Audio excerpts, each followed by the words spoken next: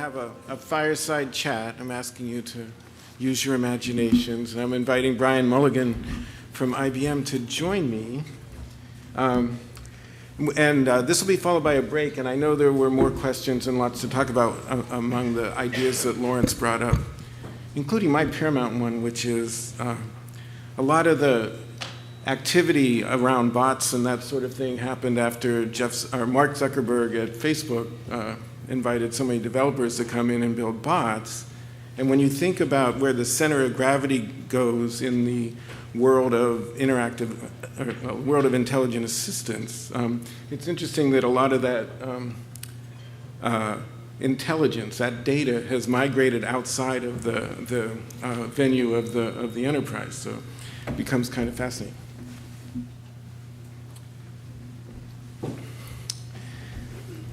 So now we're going to live the life of bringing together some of the core concepts of intelligent assistance with that of intelligent authentication. And that's the reason this keynote fireside chat is about how we make intelligent assistance secure by design. And we have the great privilege of having Brian Mulligan here from IBM and to discuss these things with me and ultimately with all of us here. Brian, do you want to sort of describe your role at IBM and a little bit of background on IBM security in general?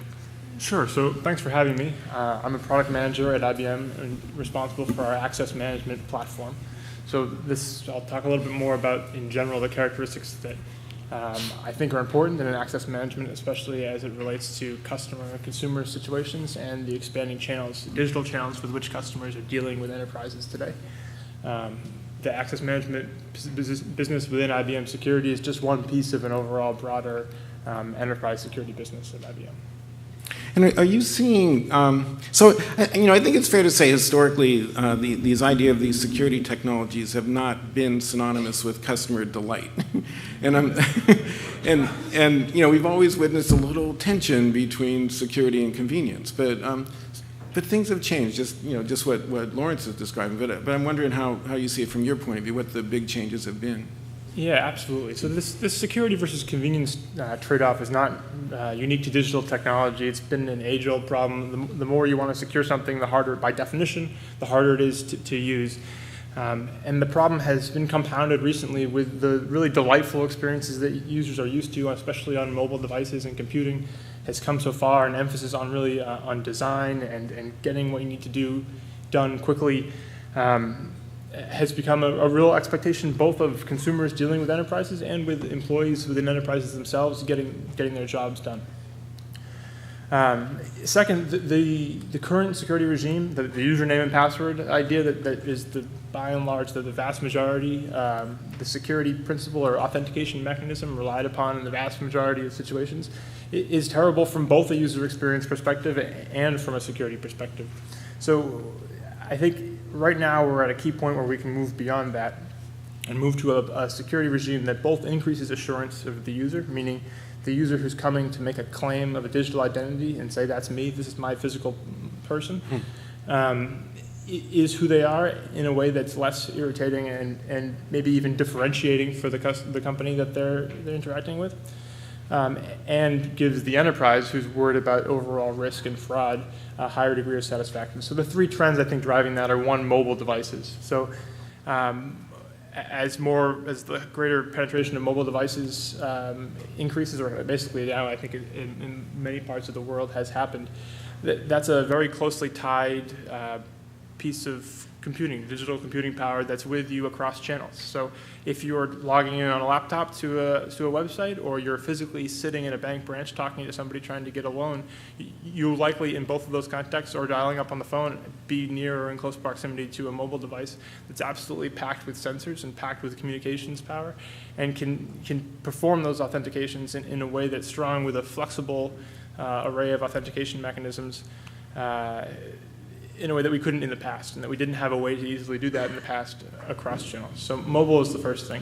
The second is intelligence, or the idea of risk-based access security.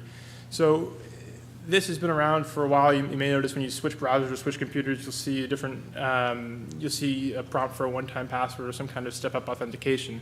But today, the computing power that's available And the sophistication of the data thrown off by mobile devices allows for really deeper analytics and really getting to know user behavior patterns and fraud behavior patterns, and understanding if a certain activity is fraud or if it's a user, a legitimate user, your legitimate user that you should know coming in to access the platform. And this is important from a user experience perspective, because if it is your user, you want to leave them alone and let them get their job done. And that's what happens 99% of the time. So the more intelligence you can get up front, the better the user experience. And the last key trend I think that's changing here is norms, really social norms around these devices, or so around authentication in general. So first, I talked to you a little bit about it already, but it's the connection between mobile devices and people. Really, there's research showing that people check their mobile phones before they get out of bed in the morning. 80% of people would know that their mobile phone were missing within 15 minutes. I mean, these are higher numbers than your wallet or your credit card. So it really is becoming, it's a digital device, but it's closely tied to a physical human identity. The second thing is norms around use of mobile phones and things, even things like selfies. So, a few years ago, selfies were the domain of teenagers with smartphones. And now you can walk over to the Golden Gate Bridge and see, octogenarians leaning over the edge to take the selfie.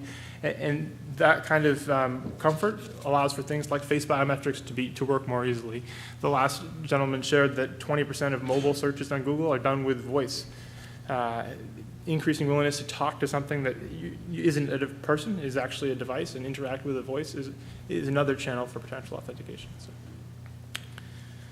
So does that mean, well, I guess this is happening, that there's a breakthrough, like for those that use Touch ID on their iPhones or whatever the equivalent, I'm a Mac. I mean, I'm an Apple person, so I don't know exactly. I know there's an equivalent on Android and that sort of thing, but are you seeing increasing acceptance? And I think it starts at the enterprise level for you, but perhaps for us it's on the consumer level, that if I authenticate to my phone with a biometric or a selfie or whatever, that then that would be acceptable to a bank, a credit card issuer, something like that. We're seeing more of that.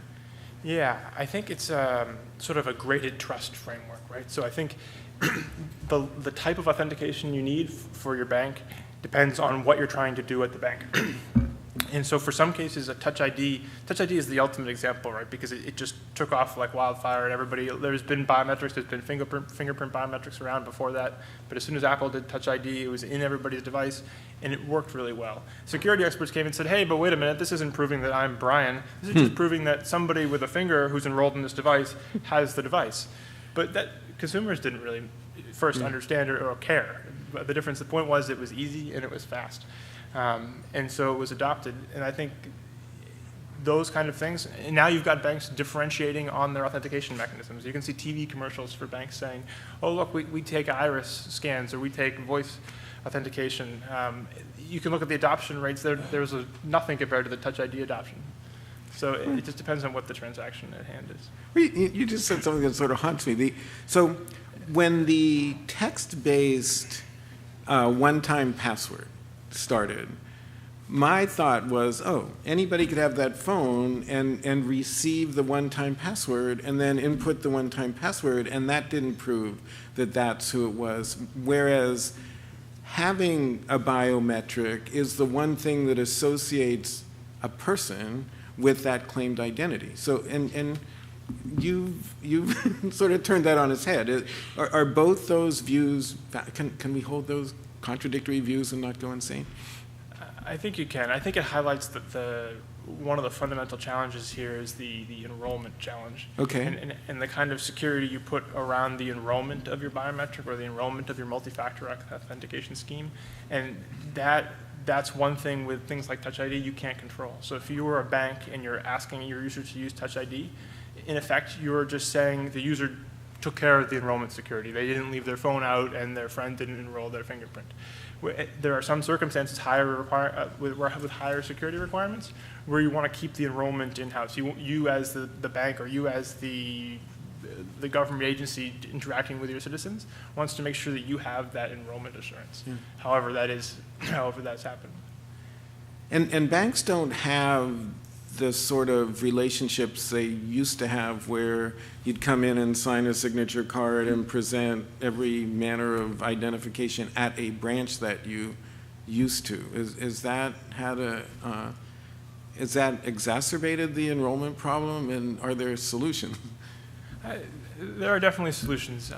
There are solutions around sort of big data and intelligence around things like phone device phone device profiling and intelligence, people gathering intelligence around the use of different SIM cards and the profiles and the phones. There's a whole range of solutions based on asking questions from known things like credit histories and the like. And there are even governments, parts of the world that are implementing their own solutions. So we're a government agency. We know something about all of our citizens.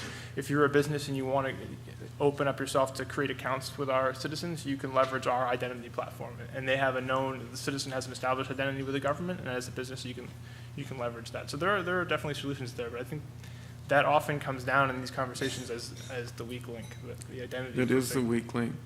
That and doing it at scale, which makes it a weaker link. Right, especially if you rely on geographic, different countries with different regimes and different credit bureaus and the rest.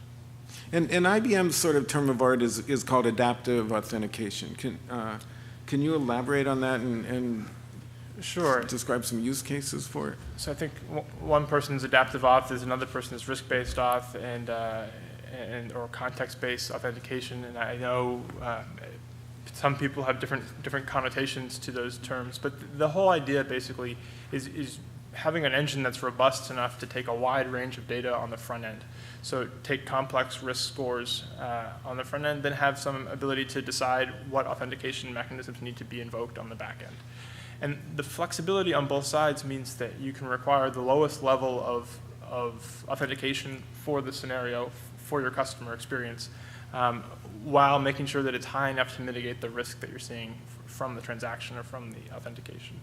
And the greater amount of flexibility you have in this, the greater it expands platform-wise. So if you have a centralized authentication platform, you can do traditional web, you can do mobile, but as new interaction methods come online, you can add those as well, because if you have face biometrics, voice biometrics, push notifications to mobile phones, it's very scalable, and there's going to be some authentication mechanism that works for your consumers. Additionally, if your platform is there and this has this kind of flexibility, your users get used to it. So your consumers know what the authentication is, and if they interact with a new channel, they have some expectation of what that authentication experience should be, and makes them less likely to be phished or socially engineered. Interesting. And this is where I, as a third-party analyst, I'm not vested in a lot of this, but we've had this concept of making authentication simple and almost constant. So that, I mean, my personal narrative is, at any point in time, no business, no carrier has any reason to believe that anybody but I have possession of this device. And therefore, there's a lot of things I've noticed that I can do on a lock screen without even authenticating that were unheard of before. And am I crazy to think that that's the result of just that almost a constant level of confidence that unless I observe an anomaly in all of a sudden I'm transferring funds or whatever, that I can operate in confident, and businesses can do business with me with some level of confidence that I am who I am?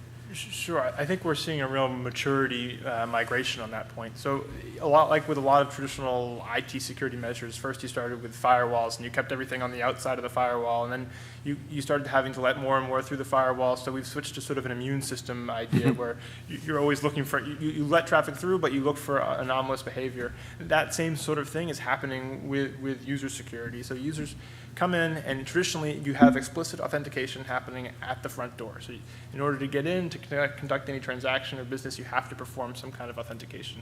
Maybe it's just the fact that there's a cookie on your machine and you don't even really notice it, but there's some kind of initial authentication. The next step is authentication during the interaction, during the process. So you authenticate at the front door, and then when you want to add a payee, maybe we check to see what the level of confidence is in your connection, what's the level of risk in this connection, because that's a sensitive activity. And if more authentication or a greater level of assurance is required, we try to raise it at that point.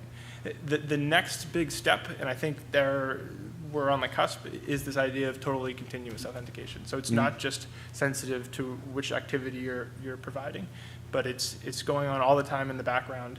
And again, this is a great advantage of mobile devices, is the number of sensors. You can do things like telling if the mobile device has been sitting flat on a table for the last 2 hours and someone's trying to authenticate from it, it's probably not a person. It's probably not the user of the device. Prove you're not a bot, right?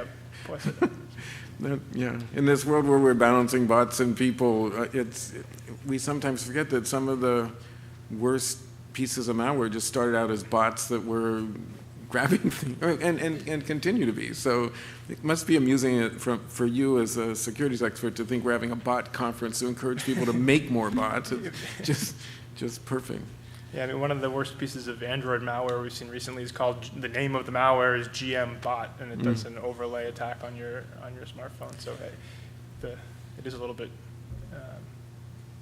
confusing. Yeah, and the flip side is, from among professionals whose legacy is customer care and self-service is to think of authentication and security as a customer experience factor.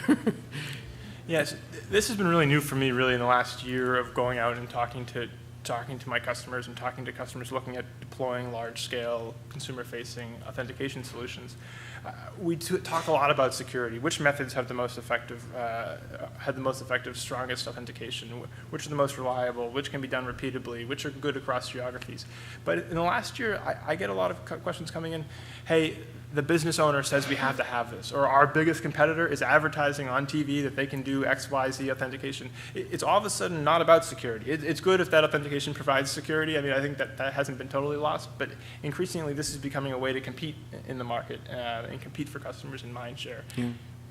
Well, and we saw two elements of that. One was we're replacing passwords, and in a contact center, anytime you call on individuals, especially as they get to be my age, they don't remember the passwords. So it engages a guessing game around knowledge-based authentication, which is time-consuming, and the justification for obtaining a new form of a new technology to support authentication or easy authentication, such as biometrics, or is to reduce the time of a phone call. So if you're like a 100,000 seat contact center that's doing millions of minutes or something like that, there's a real return on investment to go to an easier form of authentication. And then it's on you to make sure it's secure enough, right? Right, and those knowledge-based questions are not just a kind of mediocre user experience, they're also unreliable. I mean, and easy to socially engineer, especially the first kind of round of them that were all about your maiden name or easily found on Facebook. On social media. So it can be both a customer differentiating experience, a cost-saving experience, and fraud detection. So if you're a business that has a measurable fraud run rate, a lot of these more intelligent authentication schemes are agile enough to adapt to different kinds of fraud and actually have a business return that way, have a measurable return to your business by reducing specific kinds of fraud. Yeah. So do you, as Big Blue, have a prescription of what the ideal balance is between security and convenience? Is there like two dials and you play around a little bit? Yeah, if you promise not to take it outside this room, I'll tell you. No, so I think we have some advice on how to think about it. So okay. The first is really know your scenario. Get an understanding of what the users, what if you have a 5-second delay, how many users do you lose because of that, and what does that cost? Understand the kinds of activity in your business that create the most risk. So there's probably a whole lot of activity that creates very little risk, and you should let the users just get in and do it. And along those lines, I'd encourage you to rethink your business along the lines of some of the more innovative or the what-if companies from the prior lecture. So there's companies like Venmo, which is a peer-to-peer money transfer application. It takes money from your bank account and sends it to your friend's bank account, as easy as sending a text message. When you open the app, there's no authentication. It's entirely reliant on the fact that it's seen your device before. Yeah. A year ago, would you have thought, hey, kids, send money. Just send money. So if they can do that, I mean, that's the expectation that you're dealing with as a financial institution today. So I think you should think about that. And the last piece of advice is flexible authentication mechanisms. So really having different arrows in the quiver to be able to meet the different use cases you've identified. Or as one of the presidential candidates said recently, what do you got to lose? I mean, they said no politics. I apologize. I'd like to open this up to questions from our audience before I say anything more dangerous. I see one here. Microphone over here. Whoops. Oh. I'm curious about the sort of all automated versus all human. How call centers are increasingly sort of a target for social engineering to learn about customers and use that. Are there emergent sort of collaborative techniques where you're doing a combination of human things inside the enterprise and technical things using endpoints and sensors and things like that? So the most collaborative things that I've seen are around the enrollment process. The idea is once you get a biometric in place, it's hard to social engineer a biometric, or it ought to be. There's been some really high-profile cases where it wasn't hard to social engineer because you call up and play games with the call center operators.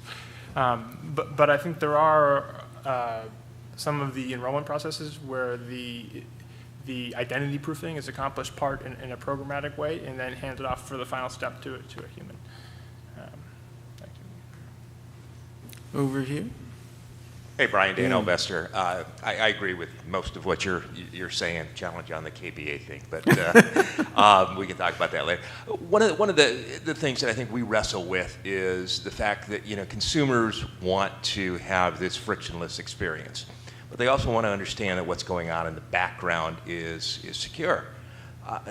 One of the things I think we're being challenged is where does that become a consumer concern? All of a sudden, my phone is tokenized, or I've got passive biometrics going on in the background, and all of a sudden, I just log right into my bank account. Where does that all of a sudden kind of come back to haunt us a little bit with? Is this really secure? Or if I handed this off to, my friend, that they could go in and, transfer some money around, et cetera, et cetera. Yeah. Any thoughts? Yeah, that's a great point. And there's been some really interesting research on, okay, our passive system is good enough. It can tell the difference between users perfectly. And when you test it out with users, if they're going in to look at their 401k or their investment accounts, they won't use it. This is wrong. Whereas if you go to Amazon, it's impossible to sign out of Amazon. You have to go hunting for some little button. Like you're always logged in there, and nobody thinks twice about it. So I think this is like the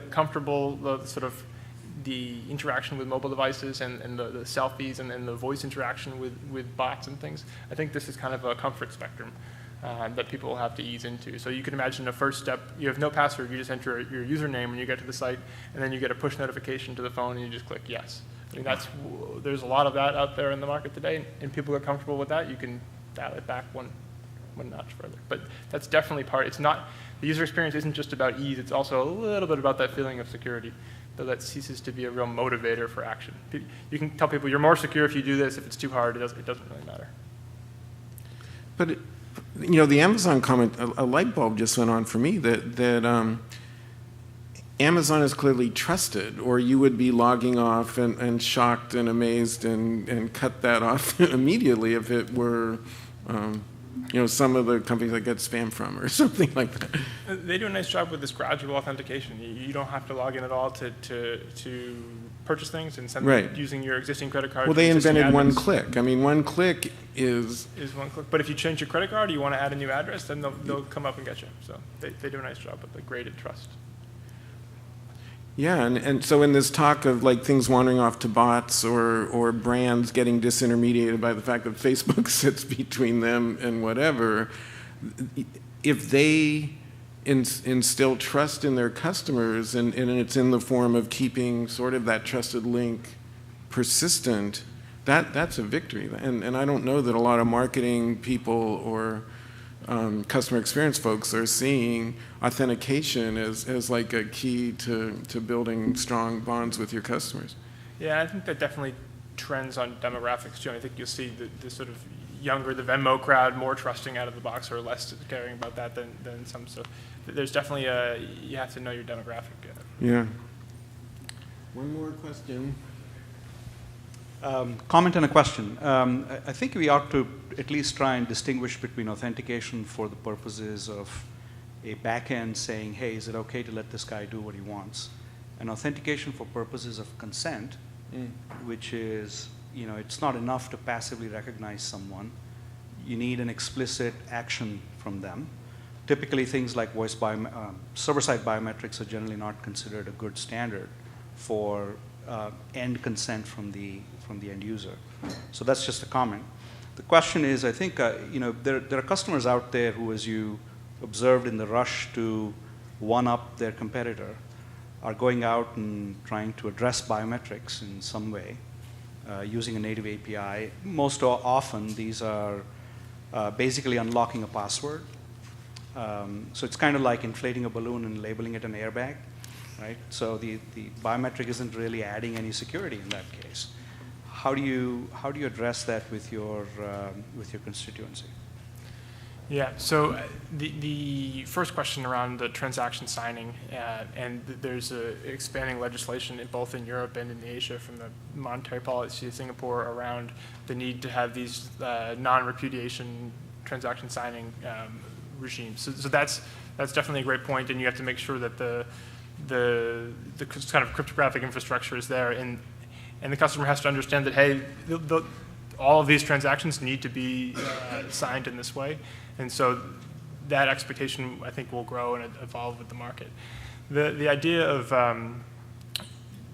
a local biometric being a proxy for a password that's just stored somewhere else on the device, or a OAuth token or some kind of thing, it is a good question. And I think that's not one that I have an easy open and shut answer for with customers today. So that's one that'll be part of ongoing conversations here and outside of here. So I want to thank Brian for coming in with his expertise.